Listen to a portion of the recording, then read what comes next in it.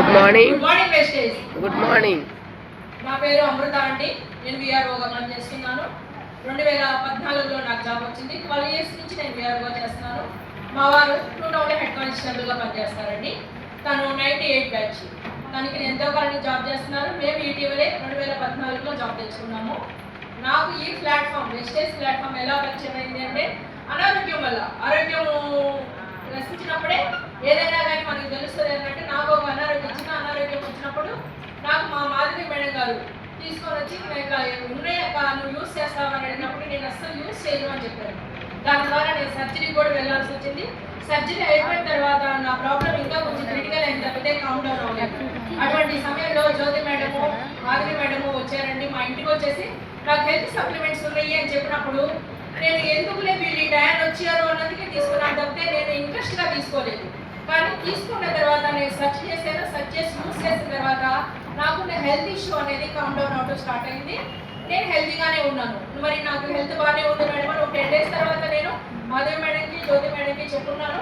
జ్యోతి madam ఇందులో business కూడా ఉంది మేడం, మీరు చేయగలిగితే ఎవరికైనా చెప్పండి అంటే నేను అసలు చెప్పలేదు. నాకు అవసరం లేదు మేడం బిజినెస్, ఎందుకంటే మేము బాగానే వెలిసేటట్టు మాకు అవసరం లేదు అన్నట్టుగా చెప్పాను.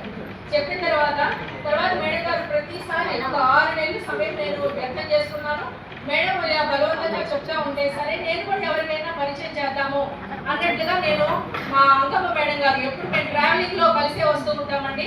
అలా కలిసి వస్తున్న సమయంలో నేను అంకమ్మ మేడం గారికి పరిచయం చేశాను.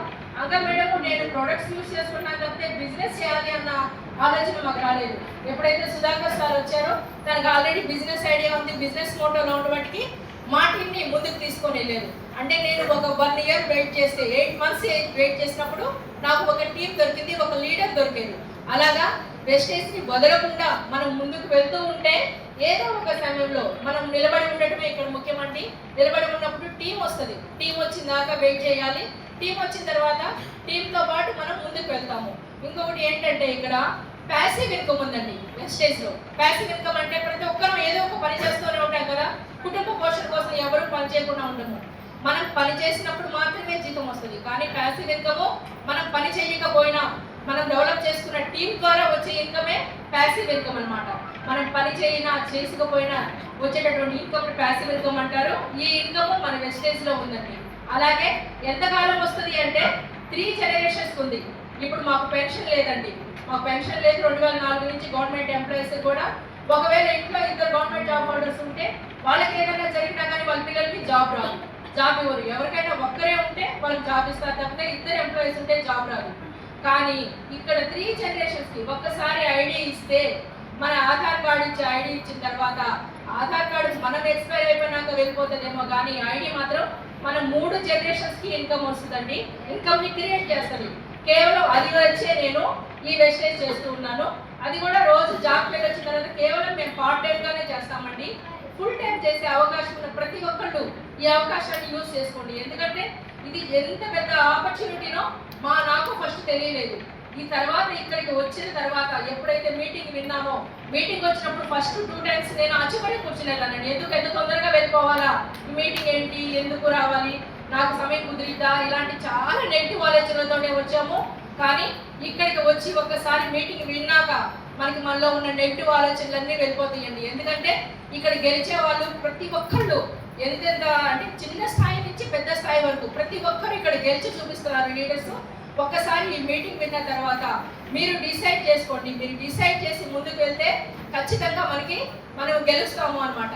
ఎవరికైనా కానీ మనం బిజినెస్ అంటున్నాం కదా, మన లాంటి బిజినెస్ మన పక్కన వాళ్ళు పెడితే మనం యాక్సెప్ట్ చేయాలి. ఎందుకంటే మన బిజినెస్లో వచ్చే లాభాలు పక్కన వాళ్ళకి వెళ్ళిపోతాయని. కానీ వెస్టేజ్లో అలా కాదండి. మనతో పాటు మన కింద వాళ్ళకి మన లైఫ్ లైన్స్ కూడా అవకాశం కల్పించగలము. మనం ఎదుగుతా మన కింద వాళ్ళని కూడా చేపట్టుకొని ఎదిగించేటువంటి అవకాశం ఉన్న ఒకే ఒక బిజినెస్ వెస్టేజ్ ఏనండి. కాబట్టి ప్రతి ఒక్కళ్ళు వెస్టేజ్ చేసి మీరందరూ గెలవాలి. ఎందుకంటే ఇక్కడికి వచ్చిన వాళ్ళు ప్రతి ఒక్కళ్ళు లీడర్స్. హాల్లోకి వచ్చిన వాళ్ళు హాల్ దాకా వచ్చారు అంటే బలవంతంగా తీసుకురావచ్చు, లేకపోతే ఇంట్రెస్ట్ తోటి రావచ్చు. కానీ ఒక్కసారి వచ్చిన తర్వాత డిసైడ్ అవ్వండి, డిసైడ్ అయ్యి పనిచేయండి. నేను ఫస్ట్ ఇన్కమ్ నేను డిసైడ్ అయ్యి నేను ఎప్పుడైతే బూట్ క్యాంప్కి వెళ్ళానో అప్పుడే డిసైడ్ అయ్యానండి చేయాలి అని. డిసైడ్ అయిన తర్వాత నా ఫస్ట్ మంత్ ఇన్కమ్ 1557 రూపాయలండి. నా హైయెస్ట్ ఇన్కమ్, నేను ఇప్పుడు బోర్డ్ డైరెక్టర్ క్యాడర్లో ఉన్నాను. 31,584 రూపాయలు.